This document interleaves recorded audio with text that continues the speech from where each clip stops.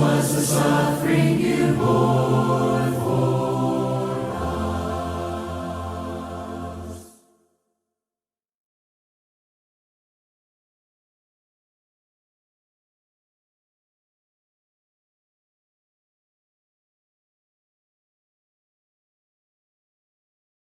Buenas tardes a todos nuestros hermanos y amigos que nos acompañan constantemente por estas transmisiones que hacemos todos los días a las 7. Gracias por acompañarnos, gracias por estar con nosotros, gracias por estar siempre acompañándonos en vivo en cada uno de estos estudios, esperando que estos estudios que estamos llevando a cabo les sean de gran ayuda y gran utilidad. Gracias por estar con nosotros, gracias por acompañarnos y gracias por compartir. Siga compartiendo estos videos en su muro, en su Facebook, con sus amistades, con las personas que usted considere que le puede ser de utilidad alguno de estos temas que estamos tratando, pues compártalo. Están subiendo muchísimo las reproducciones, entonces lo cual quiere decir que más y más personas los están viendo, y todo esto es gracias a ustedes también, que nos ayudan a compartirlo y a distribuir esta información y a darle ahí un compartir con sus amistades en su Facebook, en sus páginas, retransmitirlo. Eso nos ayuda a que más personas puedan escuchar de estos temas y puedan aprender también de estos temas de la Biblia. Gracias por acompañarnos. Nuevamente, vaya por su Biblia, tenga su Biblia cerca para que estudie juntamente con nosotros. Y paso a los comerciales nuevamente. Acompáñenos y entre, por favor. Le pedimos de su ayuda para que usted entre a nuestro canal de YouTube, Iglesia de Cristo Denton. Y entre, por favor, ahí al canal y dele suscribirse. Es todo lo que le pedimos, que se suscriba a nuestro canal para que de esa manera, mientras más suscriptores tengamos, YouTube nos ayuda y nos da más herramientas para poder llegar a más personas y alcanzar más personas con estos mensajes. Entonces, ayúdenos en este esfuerzo. Gracias a todos nuestros hermanos que están suscribiéndose al canal, que están dándole suscribirse, y algunos otros le están dando like ya a algunos videos y algunas predicaciones que están por ahí. Clases previas que hemos tocado aquí también están ahí en YouTube, así como van a estar estas clases del diezmo todas juntas. Las voy a subir todas juntas para que las encuentre diezmo 1, 2, 3 y 4 juntitos y no estén separados en diferentes días. Como pasó con los de las eras. Las eras las subí en diferentes días y quedaron todas distribuidas por todos lados. Entonces era mi primer intento, así es que ahora me voy a esperar hasta que concluyamos con el tema del diezmo para ponerlas todas en orden y aparezcan el mismo día, un tema tras otro, para que puedan tener continuidad en los estudios. Buenas tardes a todos nuestros hermanos, nuestros amigos, nuestros familiares, todos los que se conectan. Gracias por estar con nosotros, gracias por acompañarnos en este estudio que vamos a tener el día de hoy. Gracias por acompañarnos, y gracias por a veces sus palabras de aliento que le dan a su servidor para seguir con estos temas. Y el que usted nos acompañe pues ya es de aliento para nosotros. Quiere decir que a usted le interesa aprender, quiere decir que usted quiere entender más la Biblia, la palabra de Dios, y quiere obviamente saber más para hacer la voluntad de Dios. Y eso nos da gusto, eso nos alegra y nos alienta a seguir transmitiendo estos videos que le pueden ayudar a usted a tener más conocimiento de la palabra de Dios y no ser engañados por esos lobos rapaces que menciona la Escritura, que solamente buscan sus beneficios y no buscan ayudarle a usted espiritualmente, sino solamente beneficiarse ellos mismos. Bien, entonces vamos a continuar con el tema. A ver si quizás hoy lo terminamos este tema. Primeramente Dios, y si no me extiendo mucho en los comentarios, podremos quizás terminar con este tema del diezmo hoy. No quiero entrar demasiado a detalle en cada uno de estos temas que transmito por Facebook. La razón por la cual no quiero entrar mucho a detalle es que se alargan mucho los estudios y quizás se le haga tedioso. Quiero ir más al grano y más menos a detalle, pero más al grano, al punto específico, para que usted entienda de qué estamos hablando. Si usted aún así tiene preguntas o tiene dudas, con toda confianza hágame esa pregunta, sea en un comentario o sea a través de un mensaje privado, y lo tratamos con todo gusto. Explicamos un poquito más en cuanto a esa duda que usted pueda tener, para que todos nos beneficiemos, ¿verdad? No se preocupe, no voy a decir su nombre, no voy a dar su nombre si usted no quiere que lo dé, si usted no quiere que se enteren que usted hizo la pregunta, no voy a decir su nombre, así es que no se preocupe por eso. Todas las preguntas son bienvenidas. El punto es que usted aprenda, el punto es que usted aclare esa duda que pueda tener en cuanto a este tema que estamos tratando. ¿Ok? Bien, entonces pasamos a... El día de ayer nos quedamos en esta parte de la escritura cuando el pueblo de Dios no daba el diezmo.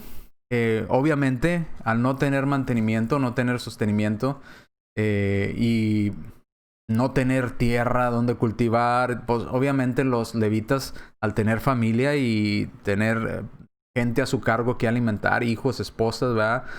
Obviamente tenían que ir a buscar su sostenimiento en algún otro lugar. Cuando las demás tribus incumplieron con esta ley de Dios en la era mosaica, los levitas dejaron de cumplir con su trabajo a Dios y se dedicaron más a ir a buscar el alimento, a buscar el sustento para sus hogares, para sus familias.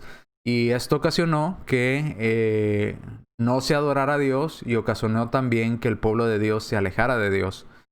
Y al alejarse el pueblo de Dios, vimos en Amós, capítulo 4, versículos 4 al 9, el pueblo de Dios, las demás tribus no obedecían la ley de Dios, no traían el diezmo, vinieron calamidades para las demás tribus, vinieron hambrunas, vinieron plagas para sus sembradíos, vinieron un montón de problemas que vivieron por incumplir la ley de Dios, por no compartirles de tanto que Dios le daba el 10% a los levitas, que eran de su familia literalmente, eran parte de su familia porque venían de descendencia del mismo padre.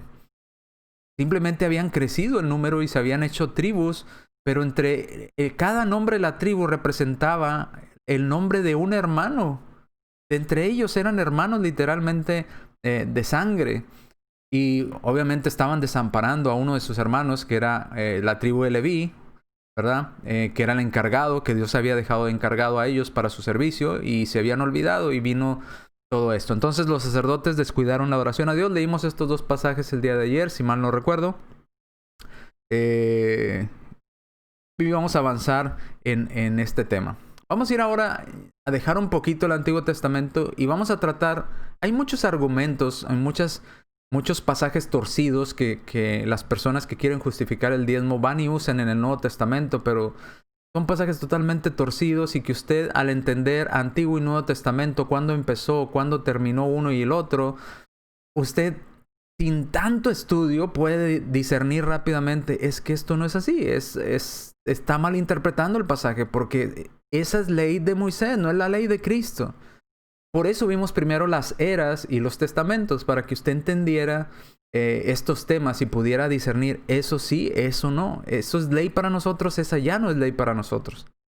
¿Cuál es el argumento más comúnmente usado? Cuando usted le dice, no, el diezmo no viene en el Nuevo Testamento. Bueno, este es el argumento más usado. Bueno, ya vimos esto ayer, día de ayer. Está en Mateo capítulo 23, versículo 23. Quisiera que me acompañara ya Mateo capítulo 23, versículo 23. En el Nuevo Testamento. Porque cuando usted le diga, no, el diezmo no viene en el Nuevo Testamento, le va a decir la persona, no, sí viene, tenemos que cumplir con el diezmo porque Jesús dijo que teníamos que cumplir el diezmo. Y luego le van a mencionar Mateo capítulo 23, versículo 23. Y dice, ay de vosotros, escribas y fariseos hipócritas, porque diezmáis la menta y el eneldo y el comino, y dejad lo más importante de la ley, la justicia y la misericordia de la fe.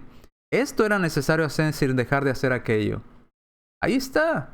Cristo está diciendo, dicen ellos, Cristo está diciendo que era necesario y no dejar de hacer el diezmo. Aquí tenemos que aprender a estudiar en contexto. No solamente a leer un versículo, sino leer el contexto de lo que se estaba tratando. Podemos ir a leer, por ejemplo, en los versículos anteriores, en el versículo 20. Vamos a leer desde el 20 y luego vamos a continuar después del 23. Versículo 20. Dice, pues el que jura por el altar, jura por él y por todo lo que está sobre él. Y el que jura por el templo, jura por él y por lo que lo habita. Y el que jura por el cielo, jura por el trono de Dios y por aquel que está sentado en él. Ay de vosotros, escribas y fariseos hipócritas, que diezmáis la menta y el eneldo y el comino y dejar lo más importante de la ley, la justicia, la misericordia y la fe. Esto era necesario hacer sin dejar de hacer aquello. guías ciegos, que coláis el mosquito y tragáis el camello. Ay de vosotros, escribas y fariseos hipócritas, porque limpiad lo de afuera del vaso y del plato, pero por dentro estáis llenos de robo y de injusticia. Fariseos ciegos, limpia primero lo de adentro del vaso y del plato, para que también lo de afuera sea limpio. Ay de vosotros, escribas y fariseos hipócritas, porque sois semejantes a sepulcros blanqueados, que por fuera la verdad se muestran hermosos, mas por dentro están llenos de huesos de muertos y de toda inmundicia. Así también vosotros por fuera la verdad se muestran muy justos a los hombres, pero por dentro están llenos de iniquidad y de hipocresía. Y sigue la lista, y sigue la lista. Yo le pregunto, ok, primer pregunta de Mateo capítulo 23, versículo 23. ¿Con quién estaba hablando a Cristo? ¿A quién se estaba dirigiendo? Y creo que al leer el contexto y leer unos versículos más adelante, entendemos constantemente a quién se estaba dirigiendo el Señor. Cristo estaba estableciendo ya una nueva ley, la ley, la era cristiana o el Nuevo Testamento. En este caso está hablando específicamente con los escribas y los fariseos. Está hablando con los escribas y fariseos y les dice, ustedes toman la ley de Dios, la ley de Moisés que se les fue dada, y la manipulan de tal manera que dicen, esto sí lo puedo hacer, esto no me conviene hacerlo, esto sí, esto no, y empiezan a torcer las escrituras. Por eso dice el Señor en el Mateo 23, 23, pobrecitos de ustedes, escribas y fariseos. Pregunta, ¿bajo qué ley estaban los escribas y fariseos? A ver si alguien aprendió de las eras y de los testamentos. ¿Bajo qué ley estaban cuando Jesús les dijo, ay de vosotros, escribas y fariseos hipócritas? ¿Era necesario hacer esto? ¿Qué ley era? A ver, los que estuvieron aquí acompañándonos en el estudio de las eras y los testamentos, a ver si alguien nos contesta. ¿Bajo qué ley estaban? Hay un punto muy interesante de partida que estudiamos, que usted puede identificar bajo qué ley estaban. Dice mi hermana, bajo la ley mosaica, Antiguo Testamento. ¿Están todos de acuerdo? ¿Todos los demás? ¿Estaban bajo el Antiguo Testamento? Vamos a dar tiempo porque sé que hay un retraso en la transmisión. Cuando yo digo algo, pasa como 30 segundos para que usted escuche lo que yo dije, más o menos. Entonces, la ley de Moisés, dice la hermana María Luisa. Mosaica, dice mi tía. Mi esposita dice la ley de Moisés. Y mi papá dice, Dios le bendiga, la ley de Moisés. Hey, ¿estaba bajo la ley de Moisés? ¿Por qué estaba bajo la ley de Moisés? A ver. ¿Por qué dicen que estaba bajo la ley de Moisés?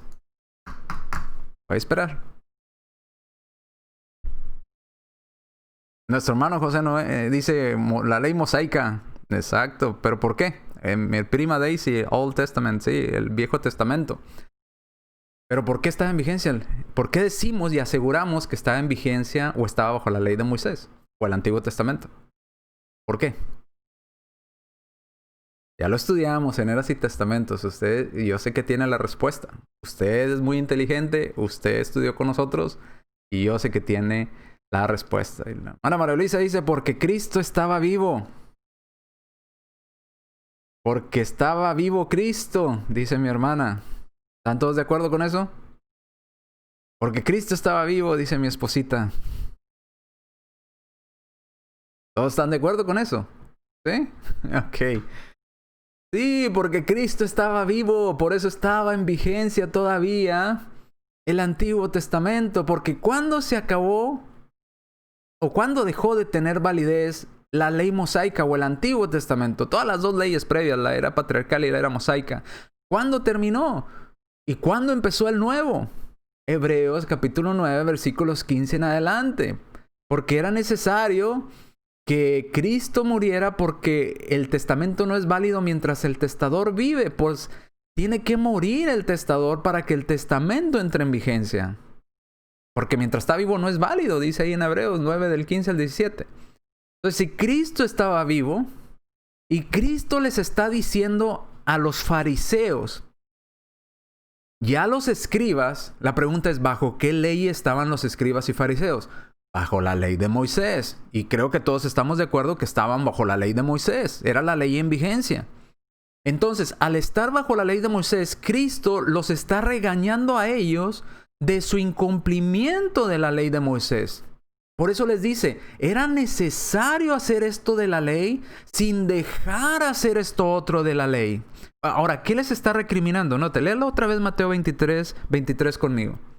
Entendiendo ese contexto de que Cristo estaba con vida y la ley que estaba en vigencia era el Antiguo Testamento, la ley de Moisés, entonces, ¿qué les estaba recriminando Cristo? Dice Mateo 23. ¿A quién le estaba hablando? Primero, hay de vosotros escribas y fariseos, porque son hipócritas. ¿A quién les habló? ¿A los escribas y a los fariseos? ¿Cristo les habló a todo el mundo? No, a los escribas y a los fariseos. Dice, porque ustedes dan el diezmo de la menta, el eneldo y el comino. ¿Ha visto los cominos? ¿Usted ha cocinado alguna vez o ha entrado a la cocina y ha usado comino fresco? ¿Ha visto los granitos de qué tamaño tienen en el comino? ¿O la menta, por ejemplo? ¿O en eneldo? Pero creo que todos conocemos el comino. Es muy típico ¿cómo se le llaman en la cocina? Esto se me olvidó. Esta semillita o se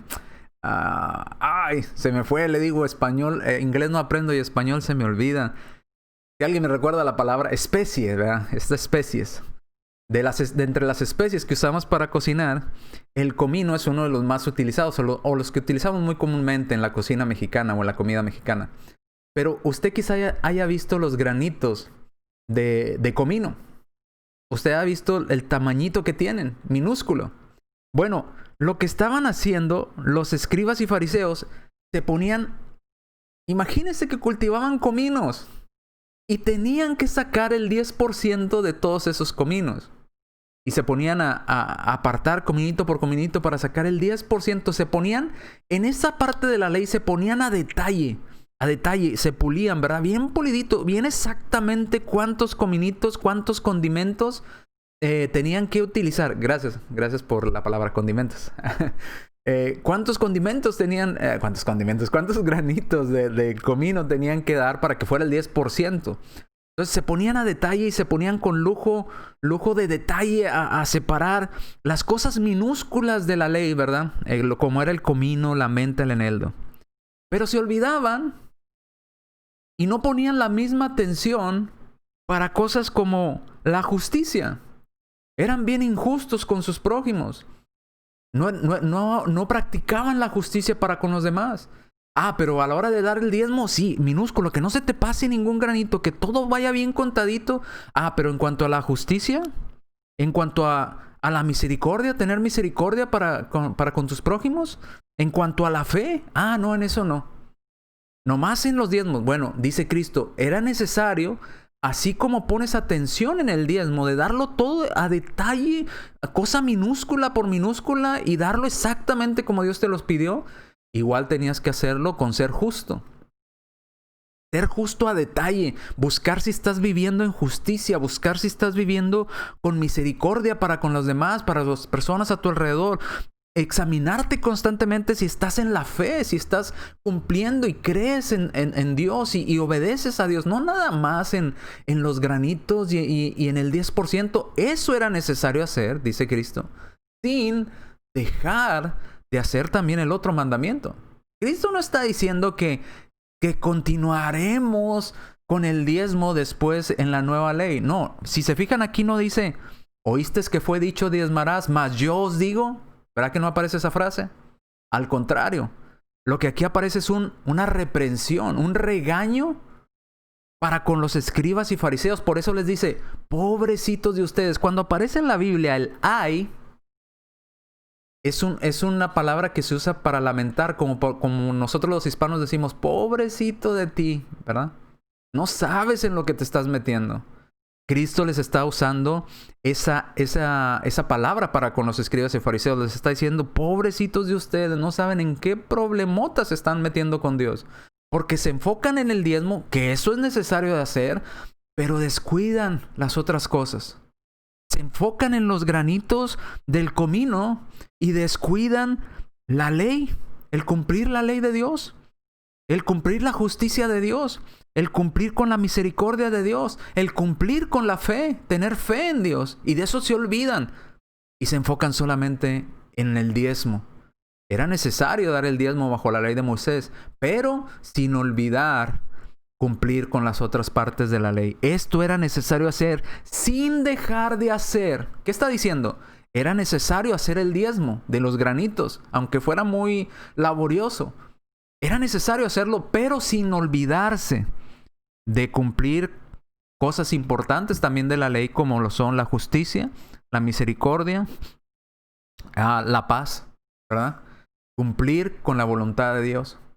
Y ellos no lo estaban haciendo. Ellos se enfocaban solo en el diezmo y decían, ya dimos el diezmo, ya no cumplimos con las demás leyes de Dios. Y Cristo les dice, no, pobrecitos de ustedes, porque están haciendo la ley de Dios de esta manera, la están haciendo incorrectamente. Y si no me cree que lo que Cristo estaba haciendo era regañando a los escribas y fariseos, no nada más les dio un regaño en cuanto a una cosa. Podemos ver en el versículo 24 cómo les dice, ustedes son guías de ciegos, que cuelan el mosquito, se enfocan en los granitos chiquitos, pero se tragan el camello. En otras palabras, se enfocan en el diezmo, que sí es necesario hacerlo, ¿verdad? Bajo la ley de Moisés, pero descuidan el trato con sus semejantes, descuidan la misericordia, descuidan la justicia, descuidan la fe. Se olvidan de lo demás.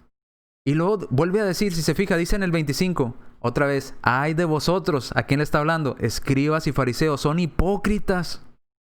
Porque por fuera se ven como muy justos, por fuera se ve que sí creen en Dios, se ve que sí hacen la voluntad de Dios, pero note, ¿qué tan injustos eran? En el versículo 25 nos dicen la injusticia que ellos practicaban. Dice, pero por dentro está lleno de robo y de injusticia. Le está hablando a los mismos escribas y fariseos. Era necesario dar el diezmo, pero era necesario también ser justo con tu prójimo y no robarlo. Y no ser injusto con ellos. Seguías robando a tu prójimo. Pero en el diezmo sí, bien exacto. Bueno, también deberías de no robar a tu prójimo. Y luego les dice en el 26, fariseos ciegos, limpia primero lo de adentro del vaso y del plato. En otras palabras, limpia tu corazón, tu mente, tu interior. Por eso está sucio por dentro, para que también lo de afuera sea limpio. Ay de vosotros, escribas y fariseos hipócritas, porque sois semejantes. Note, esta es un regaño muy fuerte. Otra vez, ay de vosotros, 27. Pobrecitos de ustedes, escribas y fariseos, porque son hipócritas, porque son semejantes a sepulcros, que por fuera están blancos, bien bonitos. A la verdad se muestran hermosos por fuera, pero por dentro, otra vez, internamente, sus emociones, sus sentimientos, sus pensamientos, dice, están llenos de huesos de muerto y de toda inmundicia. Están podridos por dentro. Es lo que les está diciendo Dios. En otras palabras, Cristo les está diciendo, ¿de qué te sirve ser tan estricto en el diezmo? Que sí tienes que hacerlo, obviamente. Y por dentro estás podrido. Sí das el diezmo como debes, pero no quieres cambiar. Pero no quieres ser mejor persona. Pero sigues robando, pero sigues siendo injusto con los demás. Sigues podrido por dentro. La ley de Dios era para que cambiaras por dentro. Y obviamente también tenías que dar el diezmo, pero no más enfocarte en el diezmo. Dice, versículo 29. Leí 27. Así también vosotros por fuera, la verdad, se muestran muy justos. En apariencia se mostraban muy justos a los hombres, pero por dentro estaban llenos de hipocresía e iniquidad. Versículo 29. Otra vez, ay de vosotros, pobrecitos de ustedes. Dice, escribas y fariseos hipócritas. Otra vez, de hipócritas no los bajó nuestro Señor Jesucristo. ¿Cuántas veces les ha dicho hipócritas? Ya van varias. Hipócritas, porque edificáis los sepulcros de los profetas y adornáis los monumentos de los justos. Y decís, si hubiéramos vivido en los días de nuestros padres, no hubiéramos sido cómplices de la sangre de estos profetas. Así que das testimonio contra vosotros mismos de que sois hijos de aquellos que mataron a los profetas. 32. Vosotros también llenáis la medida de vuestros padres. 33. Muchos dicen que en las iglesias no se deben de predicar sermones duros o con palabras fuertes. Pues entonces Cristo se equivocó, porque note cómo le dice a los escribas y fariseos, les dijo hipócritas, les dijo guías de ciegos, les dijo sepulcros blanqueados, les dijo, ¿qué más les dijo? No recuerdo el otro. Bueno, de hipócritas no lo bajó, ¿verdad? Ahora el 33 dice serpientes. Ahora les dijo víboras, víboras venenosas. Serpiente, generación de víboras. ¿Cómo piensas que van a escapar haciendo eso? ¿Cómo piensan que van a escapar del infierno? Ay, ay, ay. Entonces, Cristo no estaba diciendo el diezmo continúa, no. Cristo estaba regañando a los escribas y fariseos. Cristo les estaba poniendo una reprensión muy dura. De hipócritas no los bajó, les dijo víboras, les dijo... ¿Por qué? Porque se aparentaban, ¿verdad? Yo quiero dar el diezmo lo más exacto posible, pero por dentro estaban podridos. Pero por dentro llenos de pecado. Pero no eran justos con sus hermanos. Le robaban a los demás. Practicaban la injusticia, practicaban la mentira, practicaban la falta de fe, falta de misericordia para con los demás. Por eso Cristo les dice, era necesario que ustedes bajo la ley de Moisés cumplieran con el diezmo, así como lo están haciendo a detalle.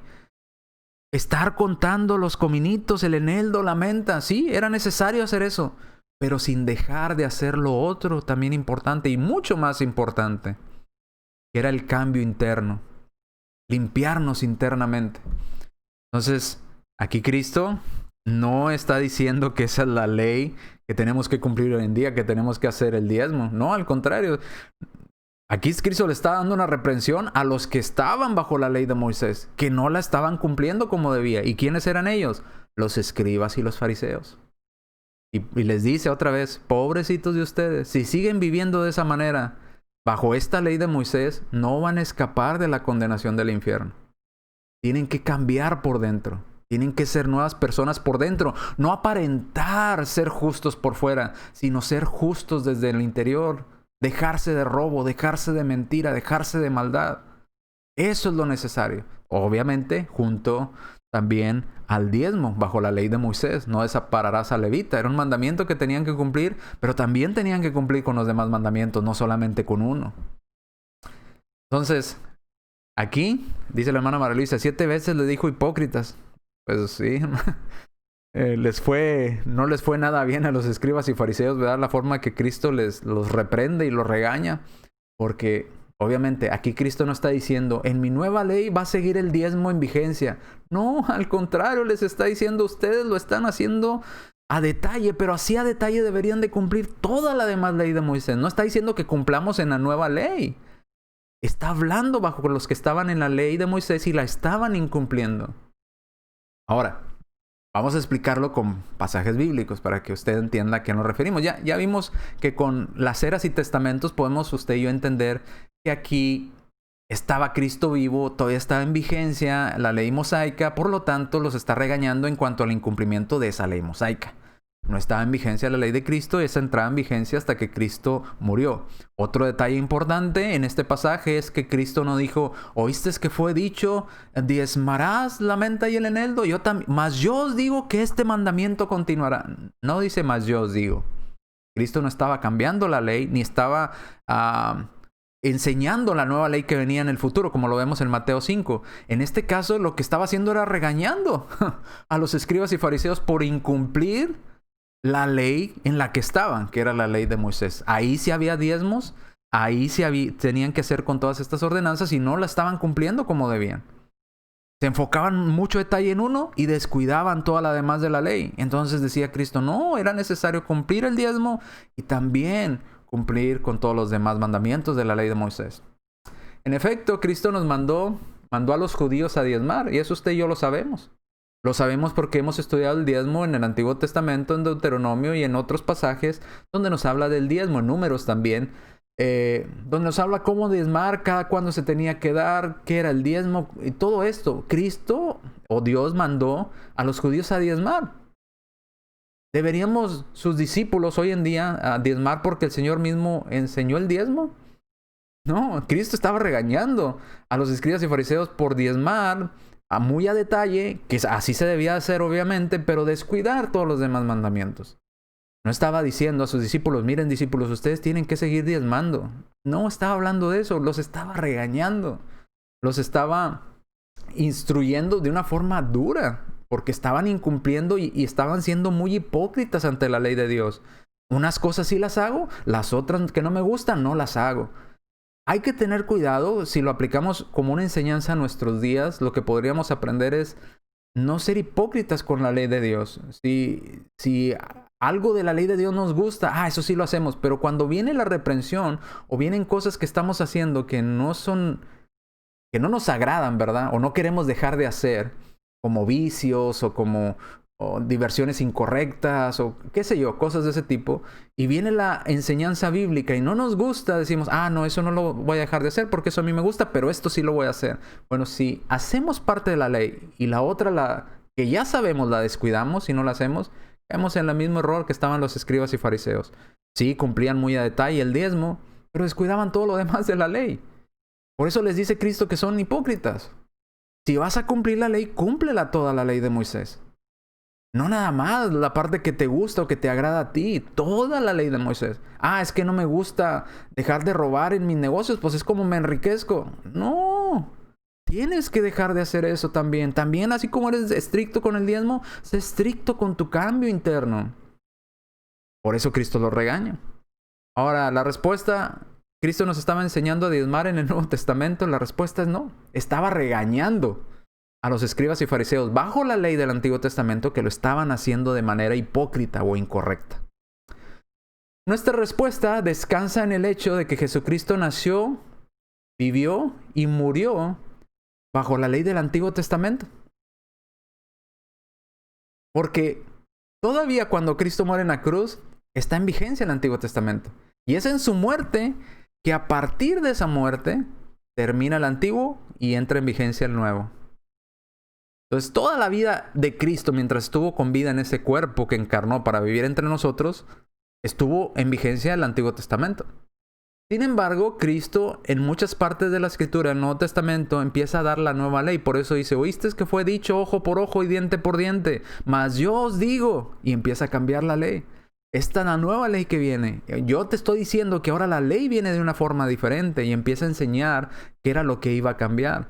Pero no podemos tomar como una enseñanza del Nuevo Testamento, un regaño que les da a unos hombres que están actuando de manera hipócrita y decir, Cristo está autorizando el diezmo. Ahora, suponiendo que Cristo hubiera autorizado el diezmo, ¿por qué no encontramos registros en la iglesia del Nuevo Testamento que se colectara el diezmo? Encontramos ofrendas, pero no encontramos diezmos.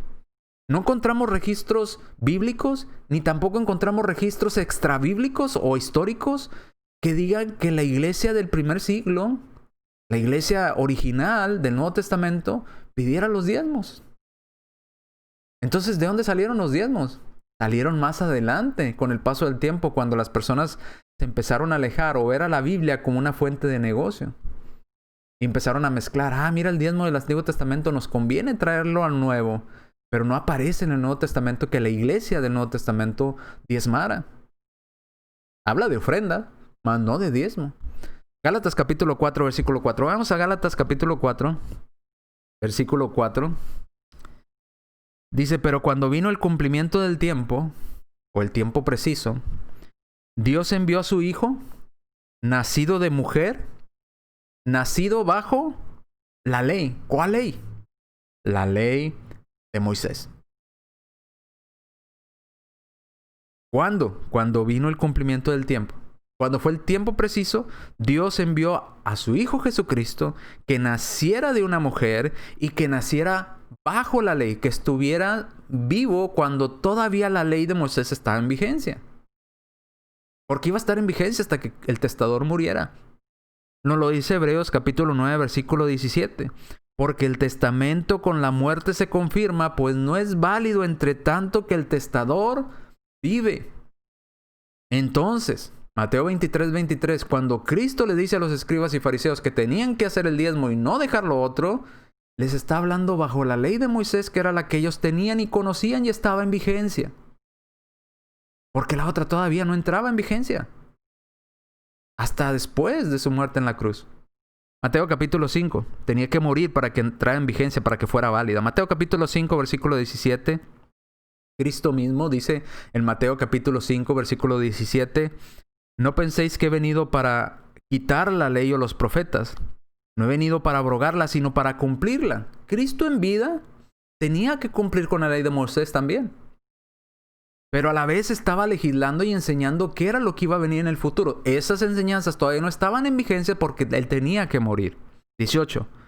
Porque de cierto, aquí viene la clave. Porque de cierto os digo, que pasa el cielo y la tierra, ni el cielo y la tierra pasarán, y ni una jota ni una tilde pasará de la ley. En otras palabras, nada se va a quitar de esa ley de Moisés hasta, note, ¿recuerda que leímos hasta cuándo iba a durar la ley en Gálatas capítulo 3? Hasta que viniese la simiente. Y la simiente traía la nueva ley y en su muerte se establecía, como Hebreos 9:17 nos explica. Entonces dice, ni una jota, ni una tilde, ni una comita se va a quitar de la ley de Moisés hasta que todo se haya cumplido. ¿Qué se tenía que cumplir para que la ley de Moisés dejara de tener validez? Que Cristo muriera en la cruz por nosotros, para que el testamento entrara en vigencia.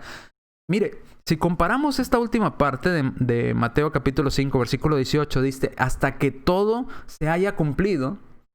¿Recuerda usted lo que dijo nuestro Señor Jesucristo en la cruz?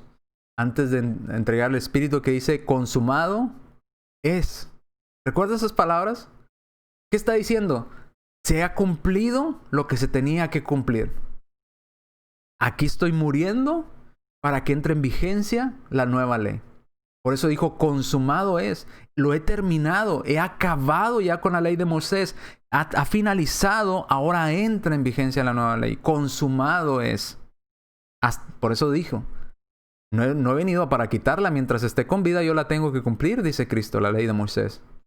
Dice, y ni una jota ni una tilde se va a quitar de esa ley de Moisés hasta que todo se haya cumplido. ¿Cuándo se cumplió? En la cruz, en el momento de su muerte. Por eso usó las palabras consumado es. Por eso Hebreos 9:17 dice, porque se confirma con la muerte el testamento. Pues no es válido entre tanto que el testador vive. Por eso Cristo dijo, consumado es. Mientras estaba con vida, ni una jota, ni una comita, nada se iba a quitar de la ley de Moisés. Estaba todavía en vigencia. Vamos a Hebreos capítulo 7, versículo 12. ¿Recuerdan a quién se le dio el sacerdocio en el Antiguo Testamento? Aarón y a sus descendientes. Por estatuto perpetuo. Le dijeron, Aarón, tú vas a ser el sumo sacerdote y después de ti va a venir tu hijo y después tu nieto y después tu bisnieto y así como vayan las generaciones, ¿verdad?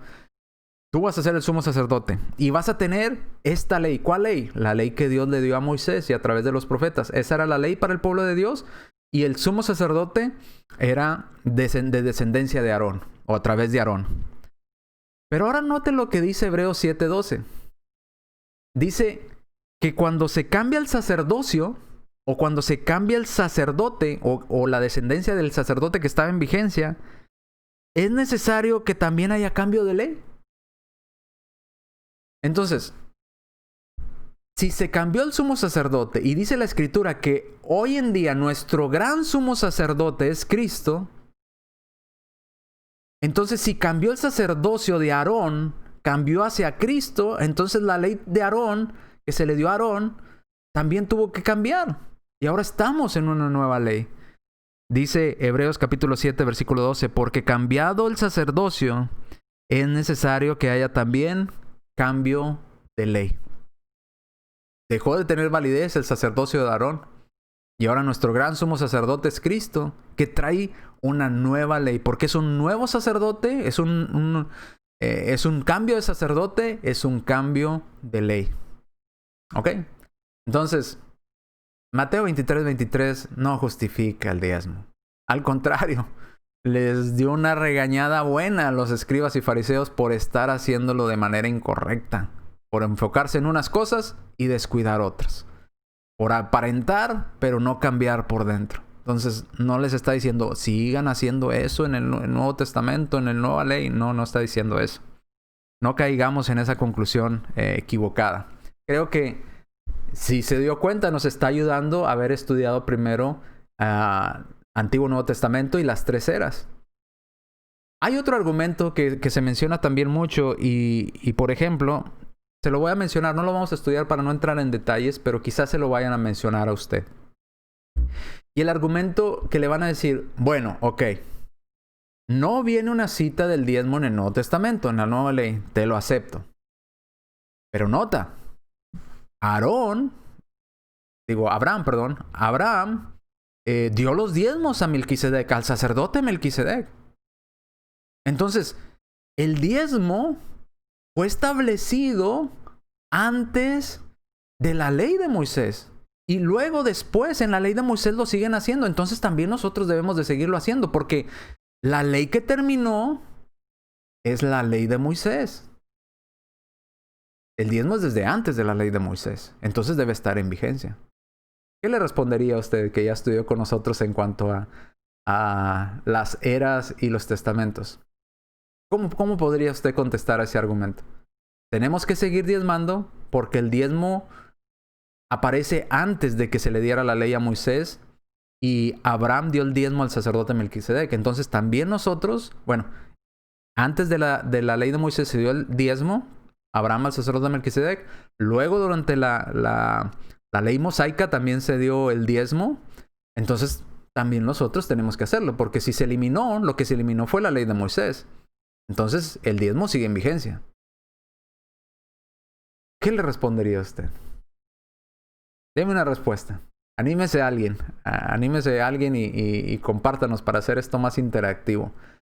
¿Qué le respondería? Y la base, podemos dar varias respuestas, pero la base está en lo que estudiamos previamente en cuanto a eras y testamentos. ¿Qué podríamos decirle? ¿Nadie? ¿Nadie se anima? Ok. Creo que está más difícil esta respuesta que la pregunta que les hice previamente. Bueno, creo que nadie se animó.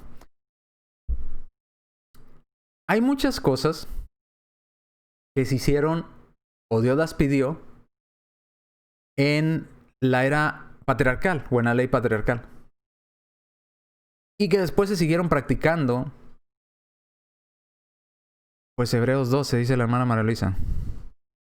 Ok, no entiendo cuál sería la respuesta. Hebreos 12, a ver, vamos a ver.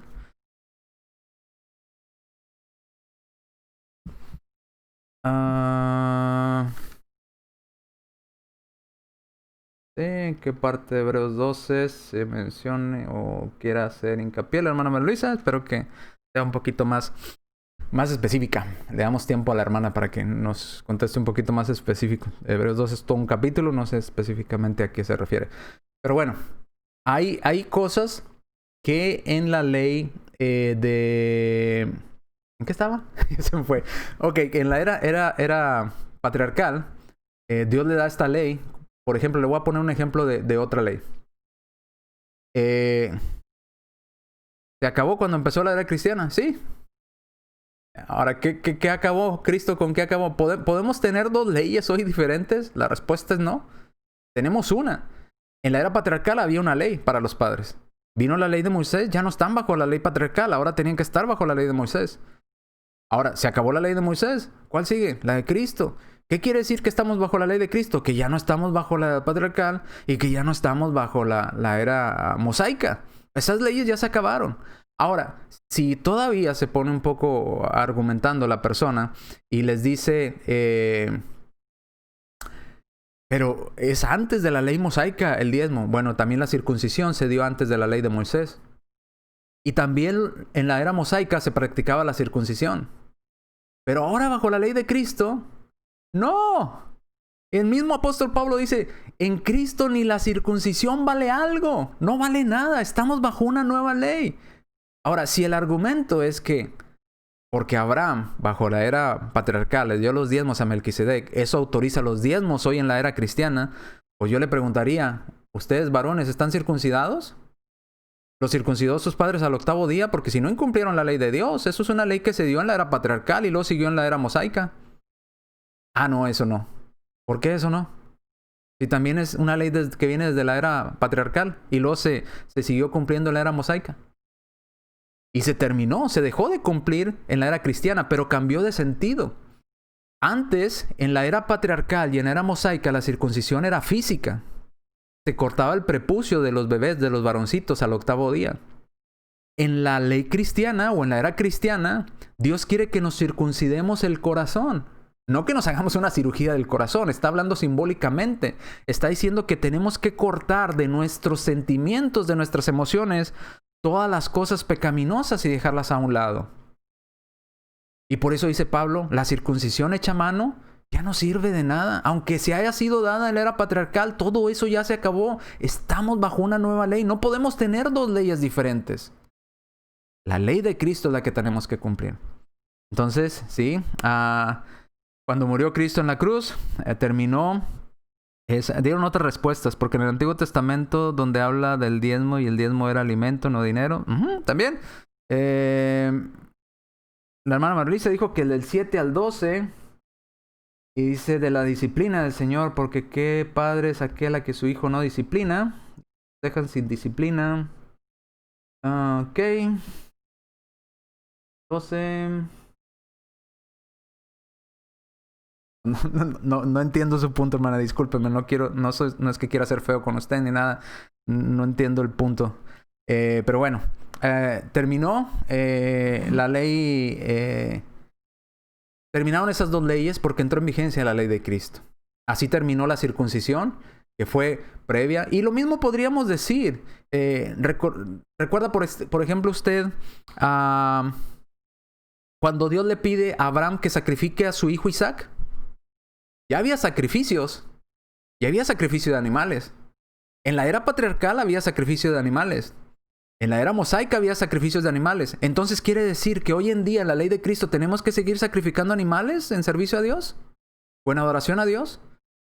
Porque si es el argumento que porque es una ley previa a la ley de Moisés tenemos que seguirla haciendo, entonces tendríamos que seguir circuncidándonos hoy en día. Tendríamos que seguir llevando sacrificios de animales a Dios, porque esas leyes también se hacían antes de la ley de Moisés. Pero es una malinterpretación, es una manipulación que quieren hacer con las personas para autorizar el diezmo en la nueva ley. Está abolida esa ley. No importa que se haya repetido en la ley mosaica, no importa que haya sido en la ley patriarcal, esas leyes se acabaron, terminaron. Si en la ley de Cristo no lo pide, no tenemos autorización para hacerlo. Porque tenemos que hacer nada más lo que Dios nos pide. Bien, entonces.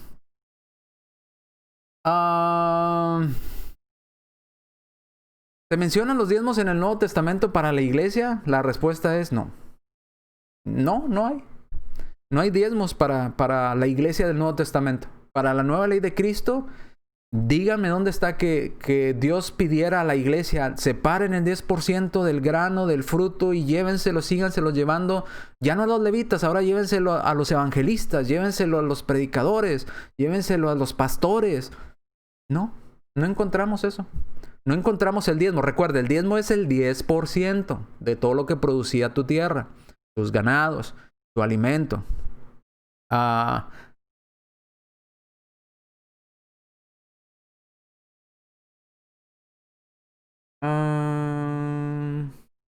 Ok, porque ahora nuestro sacerdote es Cristo. Ok, hermana. Sí. Bueno, no entendía su punto, hermana, discúlpeme. Sí, ahora nuestro sacerdote es Cristo, tiene razón. Tiene toda la razón. Ya no estamos bajo el sacerdocio de Aarón, estamos bajo el sacerdocio de Cristo. Bien, ¿se mencionan diezmos en el Nuevo Testamento para la iglesia? La respuesta es no. No aparecen los diezmos, brillan por su ausencia. Igual como brillan por su ausencia los instrumentos musicales en la adoración a Dios en el Nuevo Testamento, también brilla por su ausencia. No están los sacrificios de animales tampoco. Una vez fue el sacrificio de Cristo, una vez y para siempre. Ya no necesitamos sacrificio de animales. Ya no necesitamos circuncidarnos físicamente. Ya no necesitamos eso. Eso se acabó. No importa si se viene haciendo desde la era patriarcal o la era mosaica. Esas leyes terminaron. Esas leyes no eran para nosotros. La ley para nosotros es la de Cristo. Usted y yo somos gentiles, no judíos, para estar bajo la ley de Moisés. Entonces tenemos que entender eso. ¿Qué más podemos ver? ¿Qué es lo que encontramos ahora bajo el Nuevo Testamento? Bueno, encontramos ofrendas. La diferencia entre una ofrenda... En el Antiguo Testamento, si usted puso atención a los pasajes que leímos, no voy a volver a ellos porque no quiero extender más el estudio, pero vuelva a algunos de los pasajes que leímos como en Deuteronomio.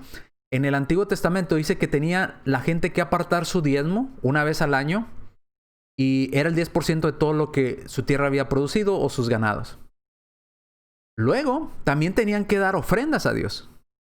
Ofrendas por diferentes cosas, por pecado, ofrendas porque se limpió de una enfermedad a una persona, Ofrenda es diferente a diezmo. Ofrenda no es lo mismo que diezmo. Diezmo simplemente es el 10%, ni más ni menos. ¿Qué quiere decir? Que si en el Antiguo Testamento tú llegabas y decías, pues yo quiero darle 20%, aquí le traigo mi 20%, te iba a decir, no. Dios mandó que me des el 10%. Dame el 10% y llévate lo demás. Tú tienes que darme el 10%. No el 20, no el 30, no el 5, el 10. No menos, no más. 10%. Ahora, en cuanto a otras situaciones que ellos vivían, que si se enfermaban y que si se purificaban y todas estas cosas, si se querían poner a cuentas con Dios en ciertas festividades, etcétera, etcétera, llevaban ofrendas a Dios. No el diezmo, ofrendas. No tomaban el 10% de todo lo que tenían en ese mes, no. Daban ofrendas, llevaban un animalito para el sacrificio, llevaban tortas de harina mecidas, ¿recuerda?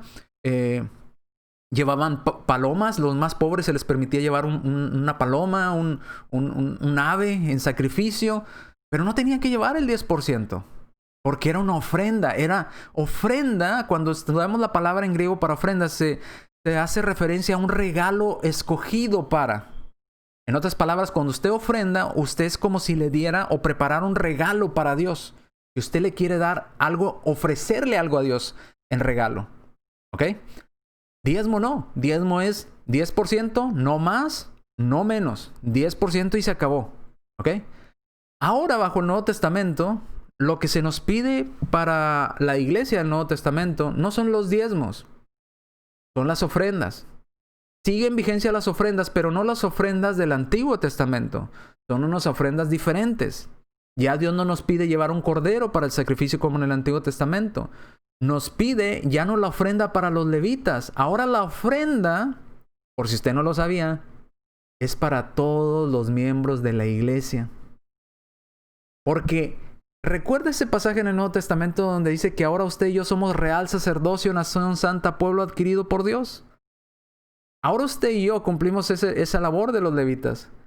Nosotros damos una ofrenda como si se la regaláramos a Dios, pero en realidad son para nosotros mismos. Por eso dice 1 Corintios 16, 1 y 2.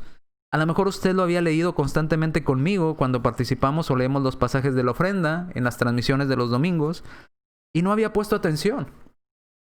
Pero note lo que dice 1 Corintios 16. En cuanto a la ofrenda para los levitas. ¿Sí dice así? Léalo conmigo. 1 Corintios 16, 1. En cuanto a la ofrenda para los levitas. No, ya no hay levitas. En el Nuevo Testamento, en la nueva ley, ya no hay levitas. Ya no hay pueblo escogido, ya es para todo el mundo. ¿Sí dice ahí para los levitas? ¿O para quién dice que es la ofrenda? Alguien que nos conteste.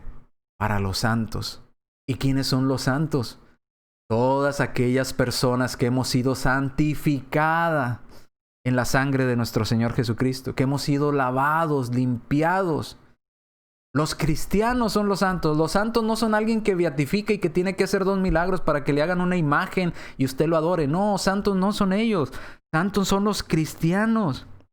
Dice en cuanto a la ofrenda para los santos, hagan ustedes también de la manera que ordené en las iglesias de Galacia.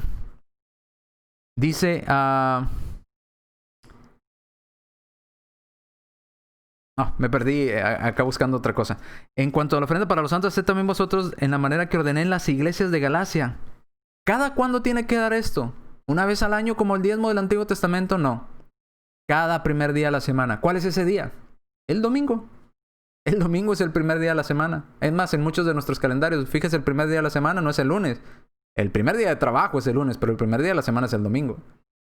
Igual bíblicamente, el primer día de la semana es el domingo. Y lo vemos, ¿verdad? Jesús, cuando María iban pasado el día de reposo, que era el día sábado, iban al sepulcro a ver a Jesús y el día domingo Jesús resucita. No resucita el sábado, resucita el domingo, el primer día de la semana. Por eso dice, pasado el día de reposo, al amanecer del primer día de la semana, cuando leemos allá en los evangelios que iban a ungir el cuerpo del Señor. Entonces es el primer día de la semana. Cada domingo, usted y yo como cristianos, ¿qué tenemos que hacer? Poner aparte algo. ¿Qué tenemos que poner aparte algo? De lo que Dios nos haya prosperado. De lo que Dios nos dio en esa semana. Guardándolo para que cuando yo llegue no se recojan entonces ofrendas. Porque estas ofrendas que estaban colectando era para los santos, pero los santos que más necesitaban en ese momento eran en Jerusalén, estaban pasando una gran hambruna. Entonces Pablo dice, colecten conforme Dios les prosperó, júntelo para que cuando pasen los hermanos lleven esta ofrenda a los hermanos que están en Jerusalén, que están en gran necesidad. Entonces, ¿para quién es la ofrenda? Para nosotros los hermanos, para los cristianos. Por eso se estipuló la ofrenda para nosotros. Déjeme, estaba tratando de encontrar un pasaje. Deme un momentito para encontrarlo. Y vaya a Colosenses conmigo para que vea a qué me refiero, por qué digo que los santos somos los cristianos. Dice Colosenses capítulo 1, versículos 1 y 2. ¿Quiénes son los santos? Porque dice que la ofrenda es para los santos. Entonces la ofrenda es para las necesidades de los hermanos. Cuando usted ofrenda, esa ofrenda no se la lleva nomás el que predica, o no se la lleva nomás el pastor, o un cierto hermano que se cree dueño de la iglesia. No, la ofrenda se deposita y se colecta y se junta para cuando hay una necesidad entre los hermanos. Mire, ahora que su servidor estuvo enfermo de cáncer, muchos hermanos, congregaciones diferentes ayudaron. Me ayudaron de alguna u otra manera. ¿Y cómo me ayudaron? Porque por eso se colecta la ofrenda, para las necesidades de los santos. Igual ha habido hermanos que de repente pierden el trabajo, que de repente tienen alguna necesidad o no tienen para comprar algún medicamento o algo. Bueno, se toma de la ofrenda y se les da a los hermanos, porque la ofrenda es para los santos, es para los hermanos de la iglesia. Dice 1 Corintios, Colosenses capítulo 1, versículos 1 y 2. Pablo escribiendo a la iglesia en Colosa dice: Pablo, apóstol de Jesucristo por la voluntad de Dios, y el hermano Timoteo. ¿A quién le estaba escribiendo Pablo? Note. A los santos y fieles hermanos en Cristo que están en Colosa. ¿Quiénes son los santos? Pues los fieles hermanos. ¿Y quiénes son los hermanos en Cristo?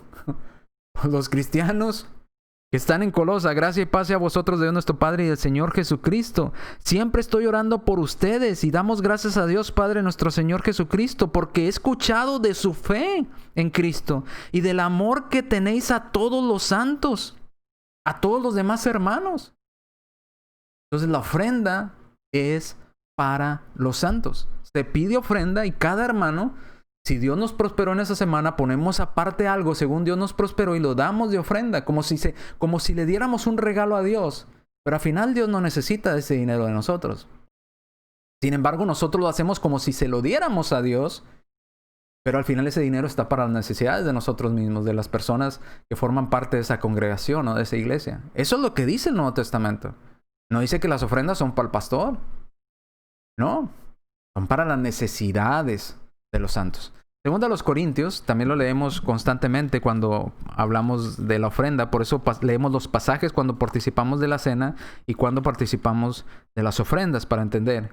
Según a los Corintios, capítulo 8, habla de cómo hermanos que estaban en mucha pobreza, pero tenían que comer al menos, vieron que en Jerusalén los hermanos no tenían que comer y juntaron estas colectas, estas ofrendas, y como si se la dieran a Dios, pero al final fue a dar de beneficio para los hermanos que estaban en Jerusalén con gran hambruna. Por eso dice en 2 Corintios 9, note, versículo 1, y luego vamos a brincar del 6 al 8. En cuanto a la administración para los santos, es por demás que yo los escriba. Ok, en cuanto a esta ofrenda que vamos a dar a los santos, está por demás que yo les escriba. Versículo 2. Porque conozco vuestra buena voluntad, de la cual yo me glorío entre los de Macedonia y Acaya, preparadas desde el año pasado, y vuestro celo ha estimulado a la mayoría. ¿Sí se fijó? Los hermanos querían ayudar, la ofrendaban para ayudar a otros hermanos que estaban en necesidad. Era para los santos. Ahora, dice en el versículo 6, léalo usted en su casa todo detenido porque ya se me acabó el tiempo. Voy a leer nada más el 6 al 8 y retomamos este tema Dios mediante el domingo. El viernes no voy a transmitir, discúlpeme, le pido una disculpa. Mañana jueves sí tenemos la clase de Efesios, pero el viernes no voy a transmitir. Voy a transmitir hasta el domingo. Así es que le pido que me disculpe porque no voy a transmitir este viernes. Pero acompáñeme a 6, de 6 al 8 y ahí nos quedamos y luego retomamos el próximo domingo. Dice, pero esto digo... Bueno, vamos a leer desde el 5 para que entienda un poquito. Dice, por tanto tuve por necesario exhortar a los hermanos que fuesen primero a vosotros y preparasen primero vuestra generosidad antes prometida, para que esté lista como de generosidad y no como una exigencia. Porque los regalos no se exigen, los regalos se dan de corazón. Por eso la ofrenda es como un regalo. Dice 6, pero esto les digo. El que siembra escasamente, hablando de la ofrenda o de la ayuda para los santos o los cristianos, dice, esto digo, el que siembra escasamente, también segará escasamente. Y el que siembra generosamente, generosamente también segará. Cada cristiano, dé esta ofrenda como la propuso en su corazón. No la dé con tristeza, no la dé por necesidad, porque Dios ama al dador alegre. Y poderoso es Dios para hacer que abunde en vosotros toda gracia, a fin de que teniendo siempre en todas las cosas todo lo suficiente, abundemos para toda buena obra. A través de nuestras ofrendas, que damos como si se las diéramos a Dios, abundamos y podemos hacer buenas obras para con nuestros hermanos. Y las ofrendas se manejan primero para la familia de la fe, primero si hay una necesidad en la iglesia, y si alcanza para ayudar a alguien que no sea cristiano, también se le ayuda. Pero primero a los hermanos, primero a la familia de la fe. Y son pasajes que estudiaremos también más adelante, pero quiero que nos quedemos aquí. En el Nuevo Testamento no encontramos diezmos. No encontramos que tenga que llevar alimento. Encontramos ofrendas. ¿Y para quién son las ofrendas? ¿Para los levitas? No, para los hermanos, para los santos, para los cristianos que son parte de esa congregación. Para eso, para cuando tiene una necesidad un hermano, para cuando tiene escasez otro hermano, para cuando un hermano no tiene para las medicinas, para cuando otro hermano necesita que le ayuden para pagar un bill o algo. Bueno, para eso está la ofrenda, para las necesidades de los santos. ¿Ok? Nueva ley, diferente. Ya no para los levitas, ya no alimento, ahora para ayudarnos entre nosotros mismos. Como si se lo diéramos como un regalo a Dios. Bien, pero aquí nos vamos a quedar cada primer día de la semana, ya no una vez al año. Según Dios nos haya prosperado, no lo demos triste, no lo demos como una exigencia, ni porque tenemos que darlo, porque Dios ama que usted lo dé alegremente. Y es una forma de dar un regalo a Dios, pero a la vez termina ayudando a sus hermanos que están en necesidad. Bien, aquí nos vamos a quedar. Gracias por acompañarnos, gracias por estar con nosotros en estas clases que hemos estado llevando. Continuamos, Dios mediante, el próximo domingo. Entonces va a haber un tema 4 del diezmo, no acabamos, discúlpeme, pero lo acabamos Dios mediante el domingo.